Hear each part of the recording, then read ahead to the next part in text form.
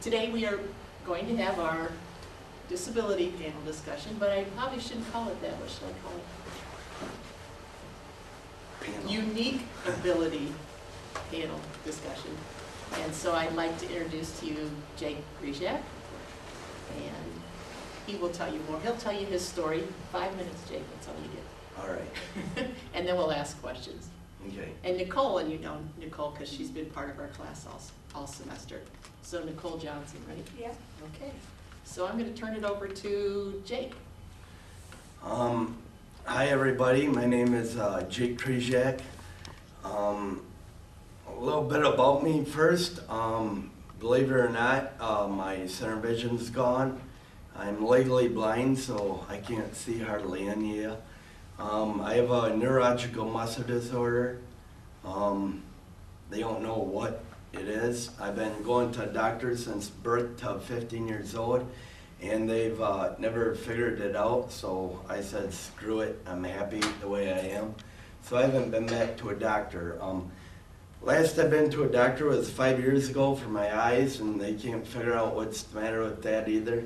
Besides, they just got up and left, so those are gone. So I'm just living happy right now.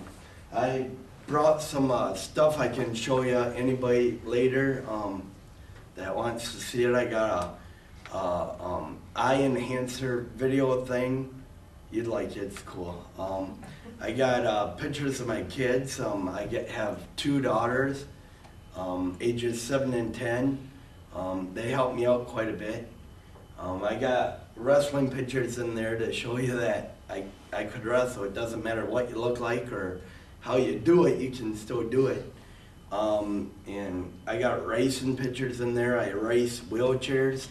I gave that up though, but I'm getting back into it. I ride handicap,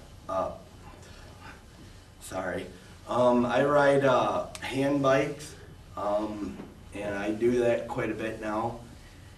And I do a lot. I love it because the people I hang out with, they don't treat me any different because I don't want to be different. I'm not different. If you treat me like I'm different, then you're different because you don't know how to treat people. So, but I gotta share this story with you quick, just because I liked it. I go to the local bar, and I don't know how, but I shoot pool.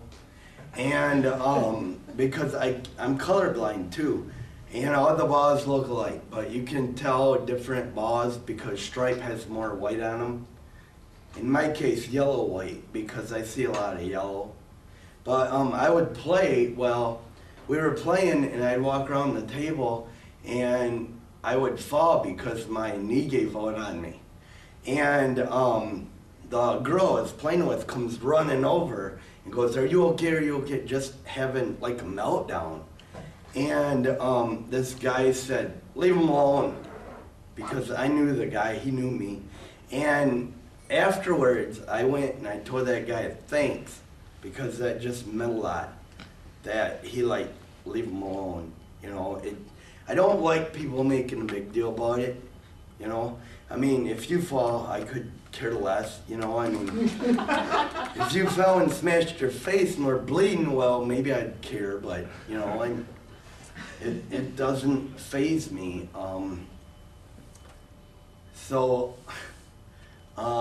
And then I went to the Midland Fair, and like I can't distinguish colors at all that good, and they had roadblocks up in the road, and the roadblock apparently to me was the same color as the road, so I couldn't make it out. Well, I was walking with a friend of mine, and she knew it was there, but I like to get messed with like everybody else. And she would speed up, and I would speed up because I thought she was just messing around. And I kept looking from me and didn't see anything. And the roadblock thing, barricade, was the right level as my head. And she kept going faster, and I kept going faster. Next thing you know, it biffed me and I laid on my back, you know, my chair and stuff. I looked like a, you know, a turtle. Just a different shell. So I got a lot of crazy stories. I can tell you them later if you want. But I don't consider myself handicapped, different, or anything. I'm just formed different like everybody else. So I don't really see any difference in me versus you. I mean, the difference is you can walk, but it's cooler being in a chair. I can, there are things I wish I could do. Like, I wish I could walk, but at times it looks very hard, so I'm happy just riding around. I can't drive anymore.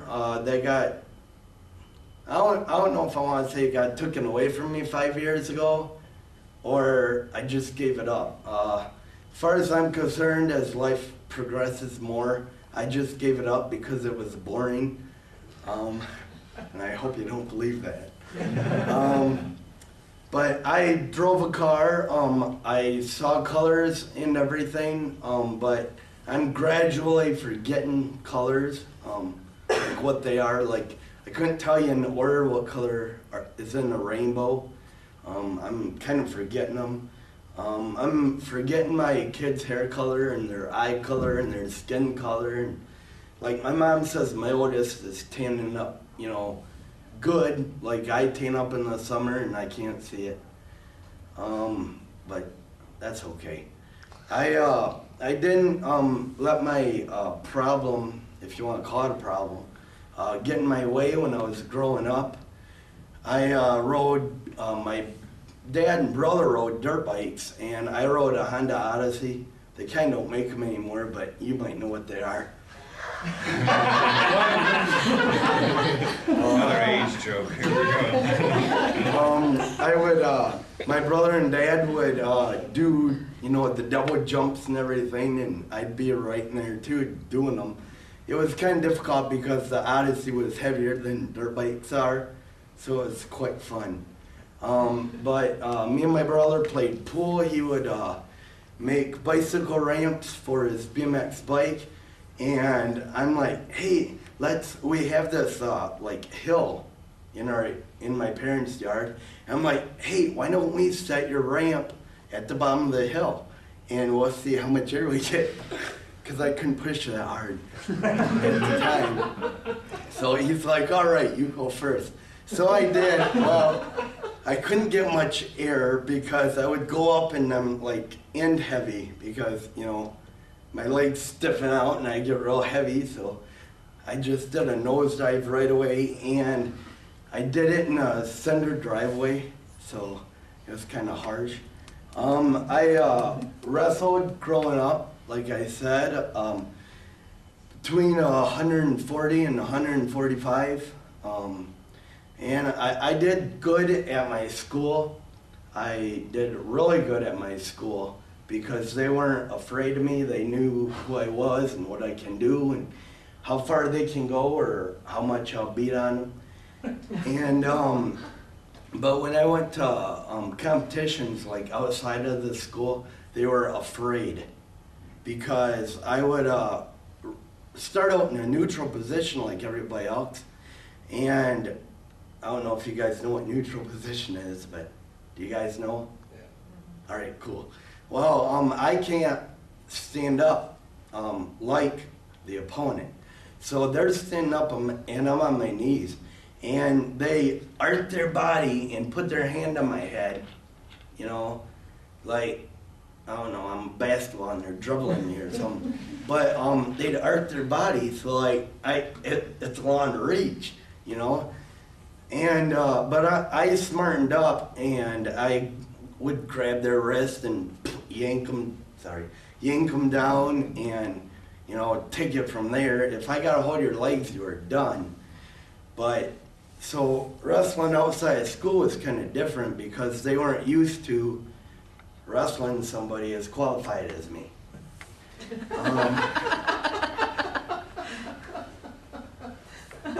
Thank you, Jake. Okay, That's your cool. 5 minutes, buddy. Because this guy has stories that he could go on and on for like hours, and he's gonna tell us another funny one later, but let's go to Nicole. I was diagnosed with a reading disability when I was in 1st grade. I live in Midland, so I went to East Lawn, Central, and Dow. I have to say that Dow is probably the most helpful school I've been to. I was in learning disabled classrooms from the time I was in 4th grade to the time I was in 11th grade, where I said I didn't need it. I was on a swim team in high school at Dow, and I did pretty well with like everything. I had friends that helped me out a lot. All my friends were also in special ed with me. Since I've been in college, I have like no motivation. Like for me to sit down and read a book takes like the average person, I'm sure, like reading a book takes like an hour. For me, it's like 3 to 4 hours because I have to keep reading it because I don't have reading comprehension. And I take notes, and then like I'll be like, oh, I missed this, so then I go back and reread it so I understood it, and then it's all over my head. But since I've been in college, all my high school friends aren't going to college because they just have they aren't as, I can't think of the word, they aren't as like, I don't know, they're not as motivated as I am. Like, I want to better myself. My parents are both struggled through my life because I've always needed a tutor or extra help. When I went to Dow, I graduated in 2005. As of 2004, the end of 2004, I was not in any special ed classrooms.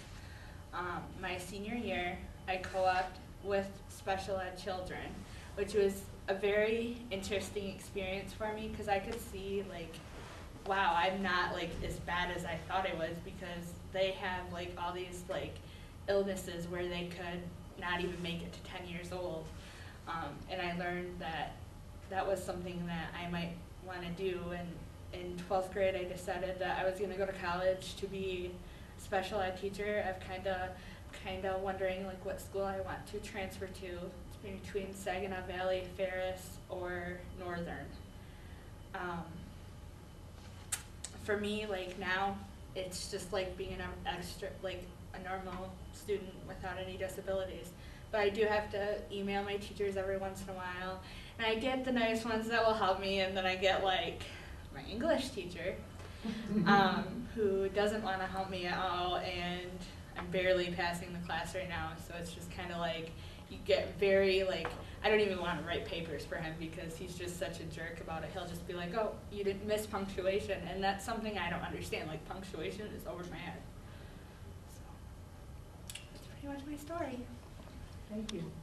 Thank you. So now we open it up for questions and answers, and so, of course, Jack has the first question.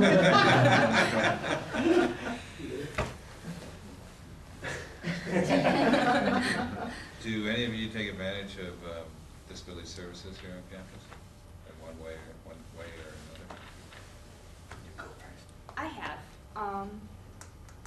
I did my first semester, and Mike Cooper was awesome. He helped me out a lot. I actually was failing my science class, and I had Frank Dudish. He is an awesome teacher. He sat down in disability services with me. I was very upset because I don't like to fail at all. And he told me, he's like, well, we'll do whatever we have to do for you. They ordered books on tape for me, and I ended up passing that class with a C+. And my tests were, I took them at the Testing Learning Center, and he just did awesome. It was amazing. Mike Cooper is absolutely amazing. Did you take them at the academic testing center inside the library or in the teaching center that they have in disability services? I did take one at the TLC, and then the rest I'm like, okay, I'm comfortable enough, I feel fine. I don't want to have special treatment. So then I started, like, after I realized, oh, I can do it, I went out on my own. Very Jake. good. You know I'm in there a lot. I work with Mike Cooper. He's a blast to work with. I'm in the TLC a lot. I'm in the library a lot, but I'm in TLC a lot more. I go to the library part just to bug Jack. But I use a lot. They help me enhance the computer screen so I can more or less see it better than what I can now, because I can't see the average font. It just looks like lines. If I'm sitting back where, I know there's a girl back there, I sat by her, but if I'm sitting back by her, I can't see this at all. It looks just like lines. Even if I was to sit up here, I can see it, but not as clear as you would.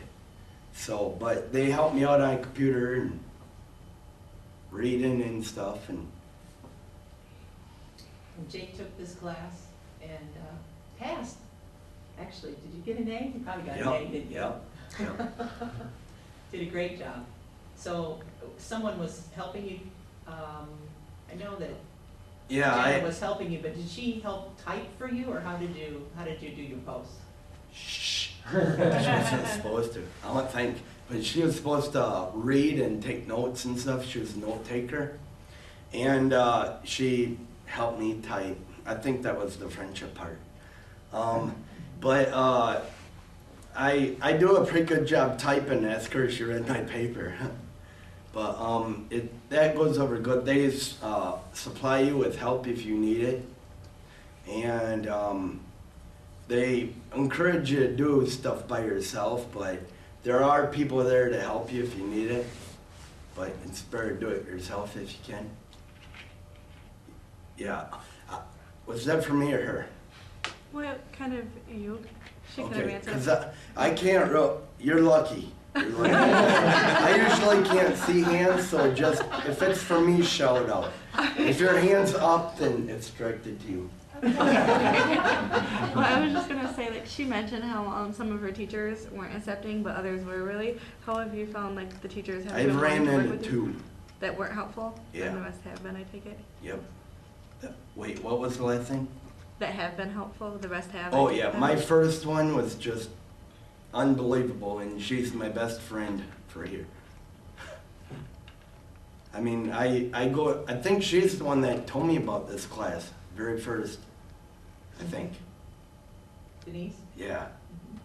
But she's just great. I mean, I had, for my assignment, it was English teacher, for my assignment, we had to do our essay or whatever it was, but we had to write it, and she wanted to see it. And I'm like, I can't see my writing, you know, unless it's real big. So I got one of them big notepads that they got downstairs, one of them art sketch things. And I'm surprised, but she let me do it. But I wrote on that, so I gave her this great big paper. You know, I kind of felt weird because everybody else in class handed in regular notebook, and I'm handing in this great big paper, but it was fun. That's great. That was very creative of him to come up with that. I actually have a kind of a follow-up question on that for both of you, Jake, for both of you. So I'm not going to be waving my hand, but the question is, you both talk about not wanting to be treated differently, and we talked a little bit about the services that are available here at Delta. So, but my question is a little bit more, let's go to the next step. So we're not looking at accommodations in learning, but how about accommodations in grading?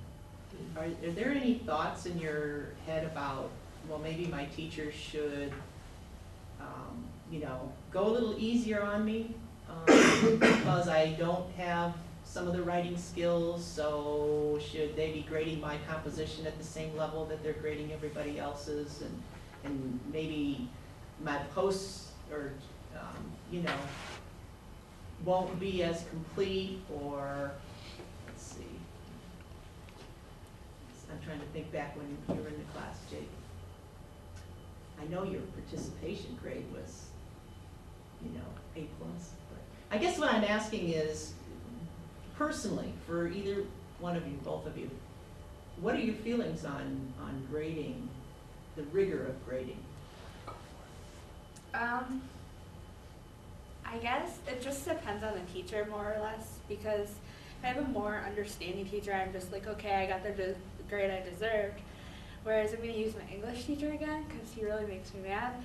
I'm like, actually my last paper, I went out to my car and cried the whole way back to Midland. I spent 10 hours on the paper. My boyfriend at the time was editing my paper and all that stuff. And when I turned it in, I'm like, oh, this is a good paper, this is a good paper. And then we did this discussion in our class, and he like tore my paper up in front of the class. Not like literally tore it up. And I was, at that point, I was almost in tears. I got back to my car and bawled the whole way home. And that teacher, I'm like, he's such an ass. He's just an arrogant ass. That's exactly what I kept saying to myself. And by that time I got to work and I showed my friend my paper, and she pointed out like the grammatical errors I made, which was my fault because I missed it and I should have proofread better. But I think depending on the teacher, more or less I beat myself up rather than the teacher. Good answer, thank you. Jake? Okay, I agree with that beating yourself up thing. But as far as teachers go, I think that first of all, if you're not willing to help the student out, then you shouldn't have became a teacher anyway. And yeah, there's some kids that need more help than others, but should they get special treatment? No.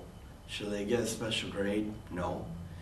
Just like, I mean, one kid might know what 2 + 2 is right away. The other one might need the teacher's fingers for help. That doesn't mean he needs special help. That just means he needs that teacher to do his or her job, you know, and explain it further. It's not the teacher's fault or your fault as a student, because either he's too slow or she's too slow, or he's not a good teacher or anything, or you're not a bad student, whatever, you know, whatever the case may be. It's, if you're a teacher, well, part of the qualifications for being a teacher is to help. And if you don't like the way that the student wants their help, then find their job. But I don't think you need special help or a special treatment. In grading. Yeah. Great. Like, I'm getting a E in my math class right now. I don't blame him. It's probably me, because I can't see the book and I have to find my own way around it. I don't have to rely on him to do it, so I don't want no special treatment for that. I mean, it's up to me to find my own way around it, you know.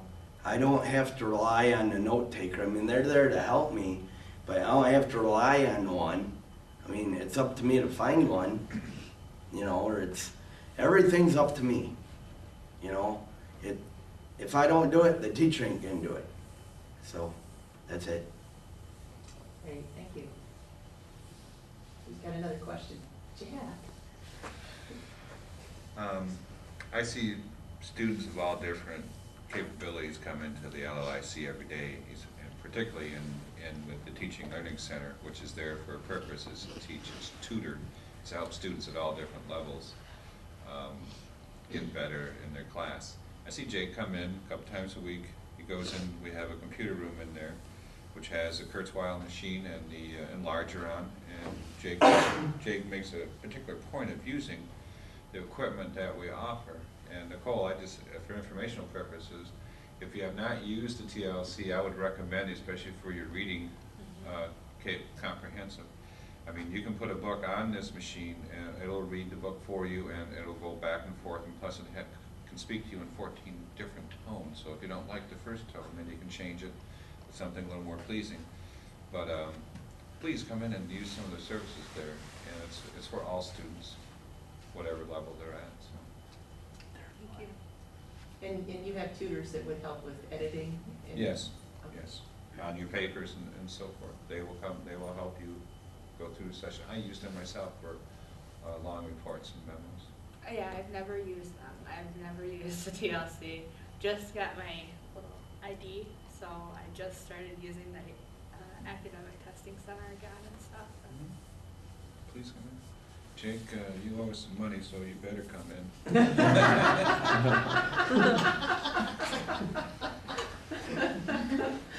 Oh, that's good. Who's got another question? Did you go, you said East Lawn, and then you went through Central and that? Yes. And the help was, At Central, well, what I remember, it was drama, just, I had friends die. my child goes to East Lawn. Yeah. He's actually, pinpoint to you. He's had physical help and, Does he have Reading. Mrs. Roberts? but he goes to school 24/7, it seems like, because he goes to summer school and that. And, but the help he's gotten and received has been outstanding, so. I had Mrs. Roberts. We probably should leave names out. Oh, I mean, you can okay. talk in generalities, but let's not name names. And she was just amazing. She was so helpful. Actually, she made it so like I was interested in reading like no motivation in elementary school. And Did you ever go to any summer school programs? Or? I got lucky. My cousin was a tutor at Siebert, or a teacher at Siebert. She tutored me during the summer, and so I actually I thought that she was amazing. She still is amazing. She would help me in a second still. At Central, I didn't feel like the help was as good. I don't really remember it. Do you feel like your motivation level, and this is going to be too obvious a question, so let me rephrase it. How important is your success to your motivation level in anything? I think my motivation level is measured by my success. If I'm not being successful, I just won't be motivated to do it. I have several classes that is like that. I had to drop out of one of them because I just couldn't handle it. I had no motivation to do it. It was an all internet class. And those don't work for me. Just because you don't have that one-on-one time with the teacher, you can't just go into their office and talk to them. It's more over email. Jake, how do you feel? Success in anything, even biking, going off the ramps, does that make? If you do a great job and you land on, Well, when you land in- safely, does that motivate you more? Yeah, kinda. I feel a great deal of accomplishment when I get it done.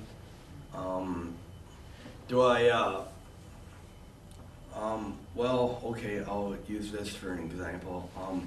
When I lost my sight 5 years ago, was I motivated? No, not at the least. Not for 2.5, 3 weeks, whatever it was. It wasn't a month, so it had to be closer to 2 weeks. But after that 2 weeks, after I had some things happen to me, and I can go in detail if you ask me later. But after I had a few things happen to me and I kicked that depression mode thing, I was motivated to do everything. Because, well, eyes are gone, but hey, I can do something else, so, you know, tell me if I'm getting off track, No, but, you're doing great. It's like, when I lost my sight and I had the opportunity to go to my blind school, you gotta be motivated to do stuff. And like, if you can see a little bit, they put on a blindfold on you, and you gotta make 4 dishes underneath the blindfold. You can't see it all.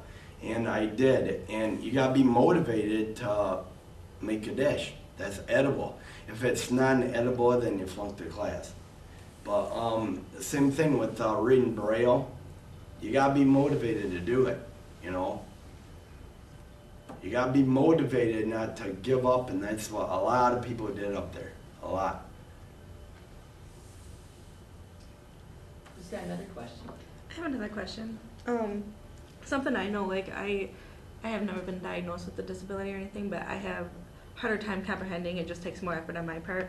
And I noticed, like, if I enroll in over 12 credits, which is full time, that I really struggle. And I'm sure for someone like in your situation, that in either one of yours, where it takes a little bit of extra reading or effort to learn, that maybe like for financial reasons, I had scholarships, I had to maintain a full-time student status. So for somebody that takes longer, like, should that be like maybe revisited? Like maybe 12 credits isn't full-time for somebody that has special needs or Yeah. you know, more effort. And is it changed or altered at all for you guys? If you I also have financial help. Mhm. I find that if I have 12 credits, like next semester I'm taking 14 and I have no idea how I'm going to do it. But when I am taking more than 12 credits, that's when I seek help. Normally, like, they tell you to go into the disability center like a couple weeks before. There are some really great people here that really help out a lot. Jake, do you have First of all, it sounds like you're human. Yeah. Well, last semester, I took 4 classes, you know, full time, I guess, or it's 6 full time. I don't know, but it was a lot, and I couldn't maintain it. I mean, the only passing grade I had was Charisse and my speech class, and the other 2, well, non-mentionable, but that was too much, and I had to write an appeal and all that stuff, and so no, they don't take it easy on you. So I dropped it down to 2 classes, and I'm doing fair about my math class, but if I'm gonna have to write an appeal again, so they don't take it easy. Do you think we on me. should consider that though? The school should take in consideration these kind of different skills? Especially for people Maybe, like, but it's a lot of paperwork, so you probably not. so they, So now, when you say write an appeal, you mean to maintain your financial aid? Yeah, You need to appeal because you dropped down, you're no longer full-time student status, is that what you're asking or saying? You have to write an appeal? I had to write an appeal to keep my financial aid. So basically, I had to write a letter and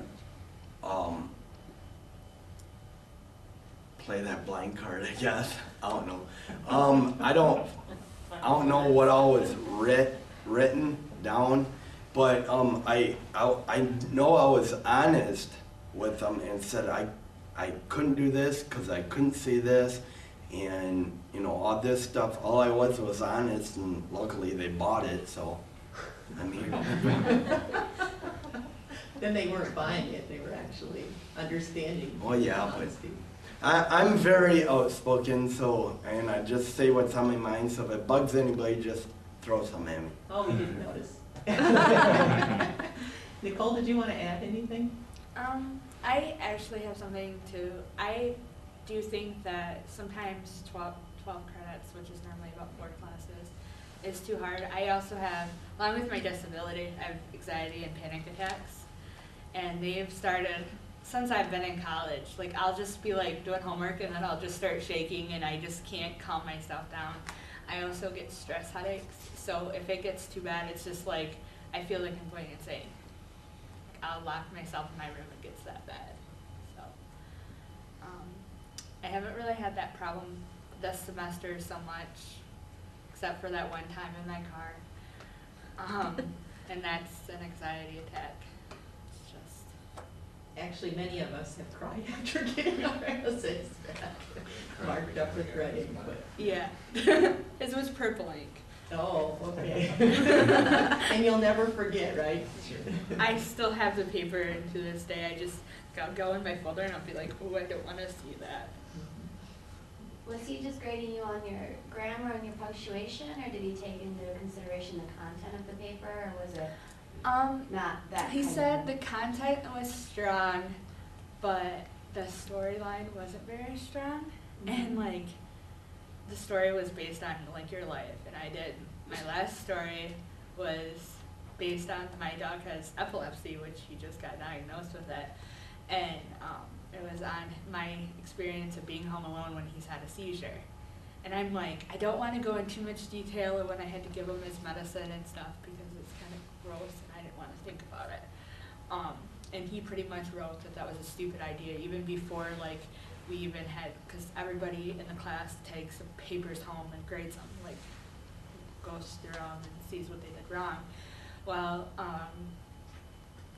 I did that, and like he's like, oh, who wants to read about a dog? And I'm just like, oh, like the whole time I'm just like, oh, what a jerk.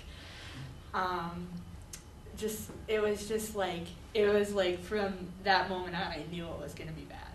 I knew, like I kind of knew in my deep down that it was gonna be bad. I have a question. Actually, I have two, and so I'm going to ask one to Nicole and then one to Jake, and at the same time, because I'll forget them.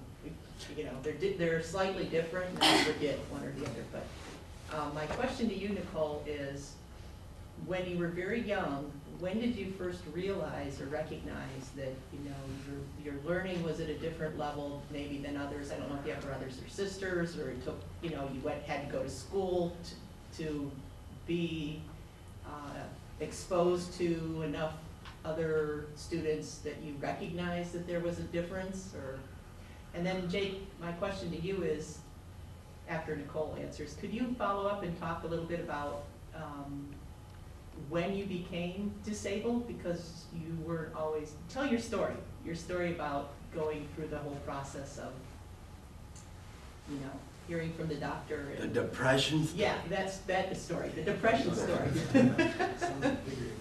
Well, I have an older sister that's 6.5 years older than me, so for her, it was just like, I didn't know any difference because of the age difference. I went into preschool and I was fine. They didn't notice any problem with me. Kindergarten, I was actually advanced. I tied my shoes first. I remember that. And then about first grade, when you start reading, that's when they started noticing I stutter a little bit more and I'd get really frustrated. But like to this day, I could be like, my little cousin actually, we're almost wondering if it's like hereditary because my parents have reading issues and so does my uncle. My little cousin just got held back because he cannot read. He just, same thing as me. And just watching him go through it is like, I'm just seeing like me in a boy's body. But he, just like watching him, I'm just like, oh, they have to go through that. And with him, he goes to another school in Midland, and they seem to be doing better, but it's not like I remember. He's still mainstreamed into a normal classroom. He does get help, but I don't see any improvement. He just still sits on in front of the TV and plays video games. He's not ever reading or anything. But I do have one teacher who was at Eastland. I remember she actually got me interested in reading. It was American Girl books. And that was when there was 6 books, and or 6 people. And I would go to class every day and be like, oh, is it time to read? And that's not like me. And now I will read, like, my books are like like to read child called it Easy Read Books. And I'll read magazine articles. Did I answer your question all Yes, you did, thoroughly? thank you, yes, Okay. thank you. Okay, Jake, All here we right. go. Long, long ago on a hot summer day, about 5.5 years ago, I was, wait, we're on disability, right? Well, like I told you, as far as the obvious one, I was born with it. I could walk where I couldn't walk that good. And I kind of crawled until I was 5. I mean, I would do that normal, you know, walk, wobble thing, you know, that babies do, but I crawled until I was 5. And my mom didn't think I was right, or not that I was right, but that was right. So she went and got me checked out, and I have some kind of neurological muscle disorder. In other words, I'm a Heinz 57. I gotta touch everything. And then, so I'm being brought up this way. Sorry. And then at the age of 26, I lost my center vision, and center vision, color blindness, and right now I'm seeing a bunch of disco balls. It's kind of funky. It's kind of like smoking 24/7. But I lost that. I was doing work at racetrack, checking coolers, you know, for glass and all that. And I started to see specks, you know, like if somebody swat you upside the head. And it wasn't right. I mean, after a few hours, I'm like, I need to go home. So I went and told my friends, I said, hey, I got to take you guys home. I'm seeing stuff, maybe I'm getting a non-hurting headache. So I took them home. I went home, tried to watch TV for a while. It was still there. So I started to get pissed off. So I went to bed, and I woke up next day, and it was still there. And I'm like, darn. So I called my mom, you know, whining like a baby because I didn't know what was going on. Mom said, it'll go away soon, you know, you're probably working too hard. And, well, 2 days, okay, I started to get symptoms like October 2nd, and then by October 4th, I couldn't see hardly anything on my left eye. And my right eye was getting slow, you know? It's still slow. But this one, if I shut this, I can't see anybody. I can see him, but not really good. And Mom and Dad took me down to Ann Arbor. They thought I was BSing at first.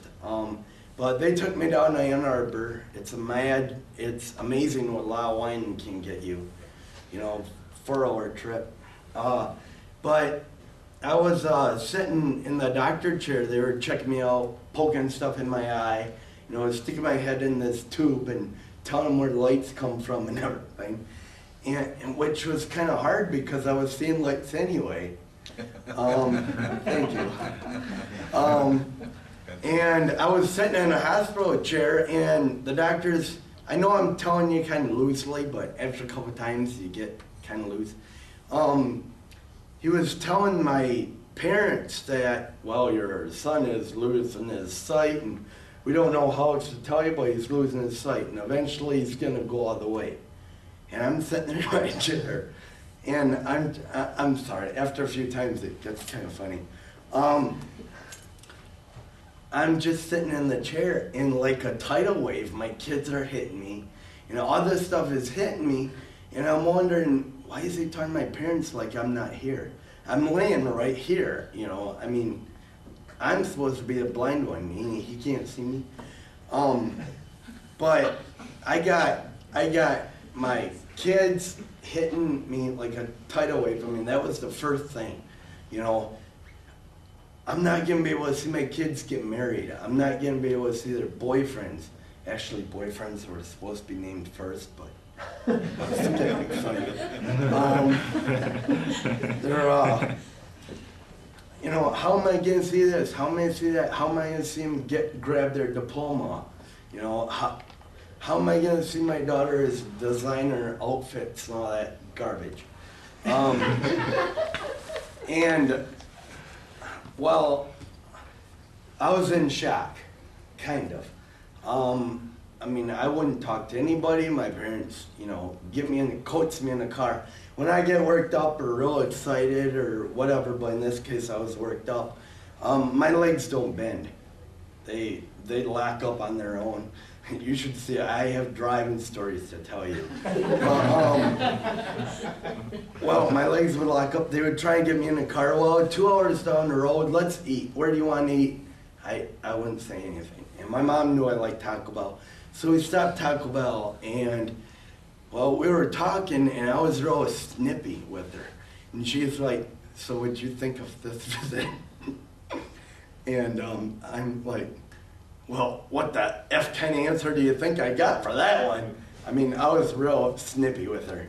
And she's like, well, do you have any questions? I can try and help you. And I'm like, well, first of all, how am I gonna, you know, how am I gonna meet the kids' boyfriends? And she's like, well, are you sure that's the first thing going through your head? And I'm like, well, that's what I know now. And she's like, well, if they bring them home, tell them you want to look at them, tell them you want to feel their face, you know, so I can see them. I can see them if they stand close, but in, you know, 50 years when they get a boyfriend, I probably won't see them. But if they don't let you feel their face, then you tell them to leave and get out the door. Well, that kind of made sense a little bit. And then I came home. I didn't really talk about my issues then. And then I came home, and my neighbor from next door, I lived in Trailer Park, he came out after my parents dropped me off, and he came out and asked me how it was. I mean, he didn't know anything. He's like, hey, how was your trip, you know? Bring me back a souvenir? And, well, do you have a cigarette? Because I went without a cigarette the whole day. But he had a cigarette. Well, I kind of ended up smoking his whole pack and then some. And he's like, man, you must be pissed. What's going on?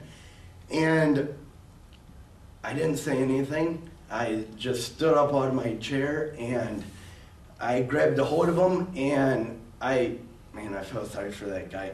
But I squeezed him quite hard, and I was crying. And I couldn't stop. I'm not kidding you, maybe 45 minutes to an hour. I just could not stop. Pulled him down on the porch, and I kind of pinned him on the porch. But I just could not stop. Finally, after that, I come around and I explained to him, but I could not stop. I think I did pretty good. I went almost a whole day without, you know, doing anything. But It's pretty good. So, Now, I can go on more, What but I'm about, not no, gonna. I want the rest of the story, which is. You do? Yeah, You want when the your drinking friends took story, you out. don't you? When your friends took you out. Okay, all right.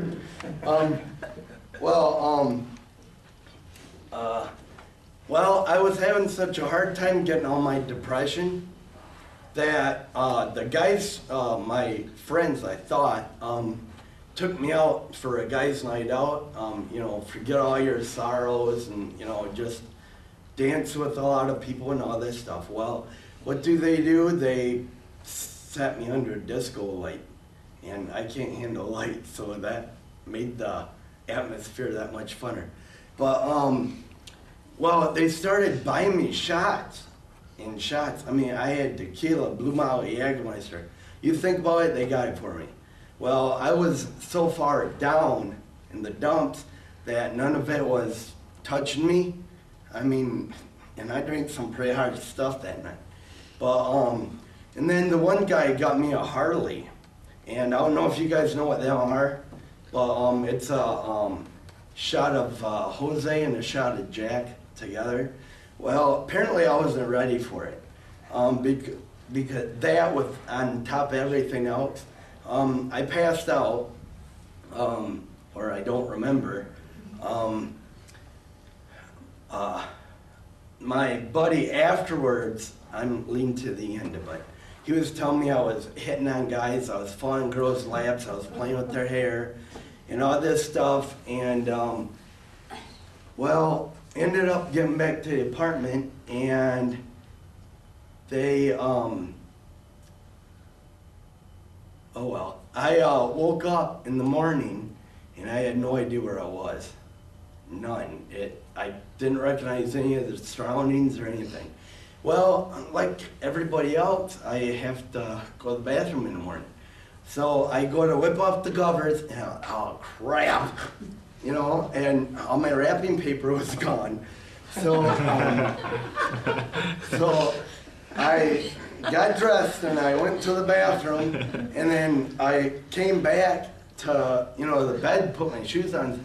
What do you want for supper or breakfast? I'm like, oh crap, you know, and then I got dressed and went out there, and I'm like, did we? And she's like, uh-huh, and you know, you're wonderful and all that stuff. And well, I got super mad. Because for one, if you do something like that, you want to remember it. I couldn't remember it. I went to my buddy's house, and I like flung open the door, and I'm screaming, yelling at him, and you know, what the heck did you do? Blah blah blah. How did I get home? Blah blah blah. And he was still playing around with it until like I really, I mean, I was. You ever see people get mad and spits flying out and everything? And I hate it when my spit gets caught in my hair, and it's pretty messy. But he ended up telling me it was a joke, and that she was playing along with it, nothing really happened and everything. And first of all, you know, I'm like, shoo, you know. But then I went and apologized to her, because I was kind of harsh with her, but I also let her know that I was mad for, you know, that was a mean thing to do. And then I like just quit cold turkey, because I drank so much I couldn't remember anything. You know, I wanted to try and forget my problem, but I quit, and I like got over depression. I don't want to say I got over it totally, because I would like you to show me a human that got over it totally. Anything, you know. I mean, you can break your glasses and be depressed about it. You just won't show anybody. But I'm more or less lifted. That's what people say. So, oh well. I'm gonna just keep being who I'm being. So. That's your story, and you're sticking to it, right? Yep. Okay.